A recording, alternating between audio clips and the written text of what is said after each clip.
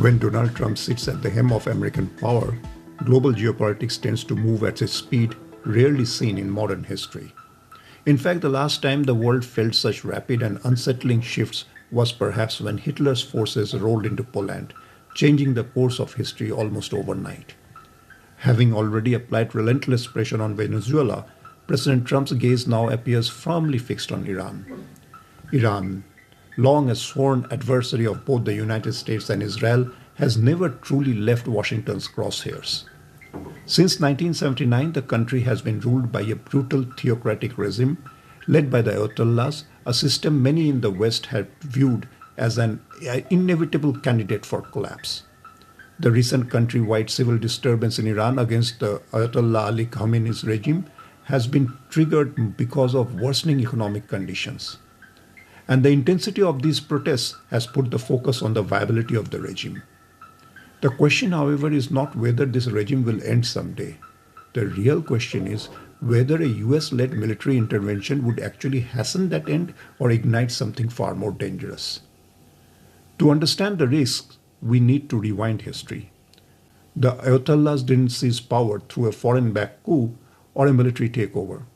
They rose through a mass revolution, one powerful enough to overthrow the Pahlavi monarchy, a dynasty backed by the Western interests and deeply entrenched in Iranian society. Revolutions of that scale don't happen without widespread public support.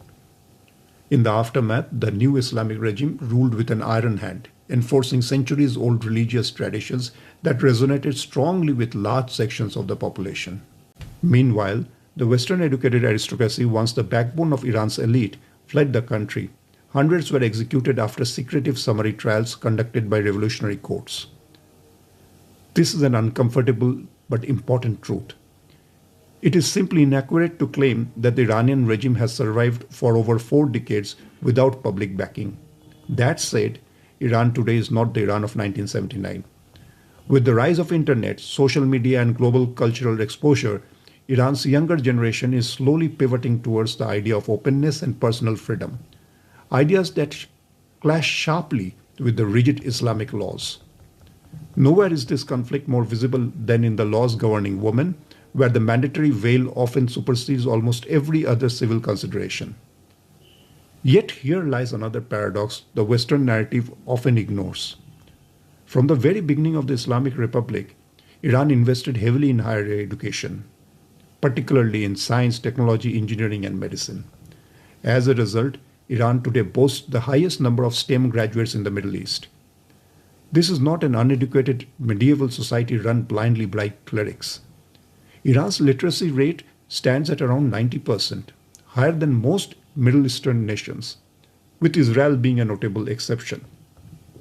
Even more striking is the level of educational participation among Iranian women, which far exceeds that of many Sunni fundamentalist states such as Afghanistan or Pakistan.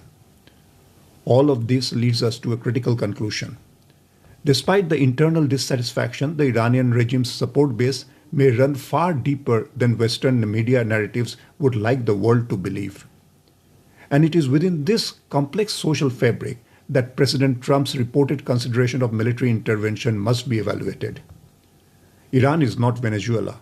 It is not Cuba. With a population exceeding 90 million, Iran ranks 17th globally in both landmass and population. This is a vast country with sprawling cities, rugged terrain, and a deeply rooted national identity. Moreover, American popularity on Iranian streets is far from guaranteed. After all, the 1979 revolution itself was fueled by intense hostility towards the United States and Israel, nations seen as patrons of the old aristocratic order. While the US and Israeli intelligence agencies may be capable of decapitating Iran's top leadership, even neutralizing Supreme Leader Khamenei, overwhelming the rank and file of Iran's military is a very different challenge.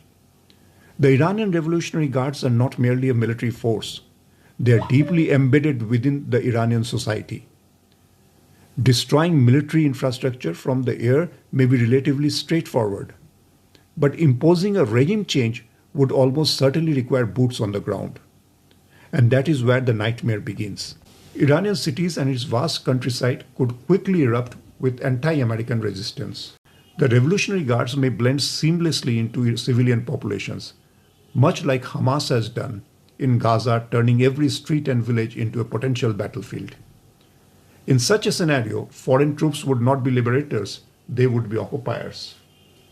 The risk of a Vietnam-like quagmire for US and Israeli forces is very real, and the complications don't end there.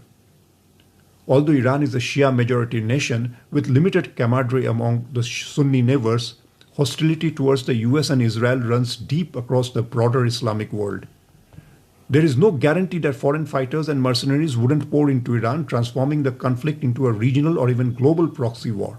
Adding to this uncertainty is America's strained relationship with its NATO allies.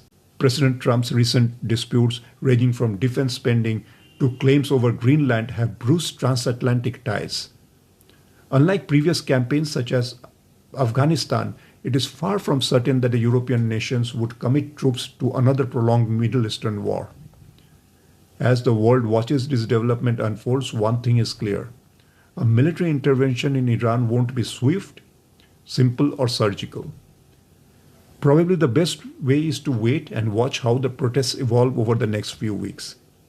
Given the intensity of the protests, in all probability, the Ayatollah's regime will fall on its own. That way, lots of lives, including precious American and Israeli lives, will be saved. Here at globalheadwinds.com, we are watching this space closely and will continue to bring you grounded, insightful analysis as events evolve. Because with Donald Trump at the helm, history has shown us one thing with certainty. The global situation can change dramatically in weeks, sometimes even days.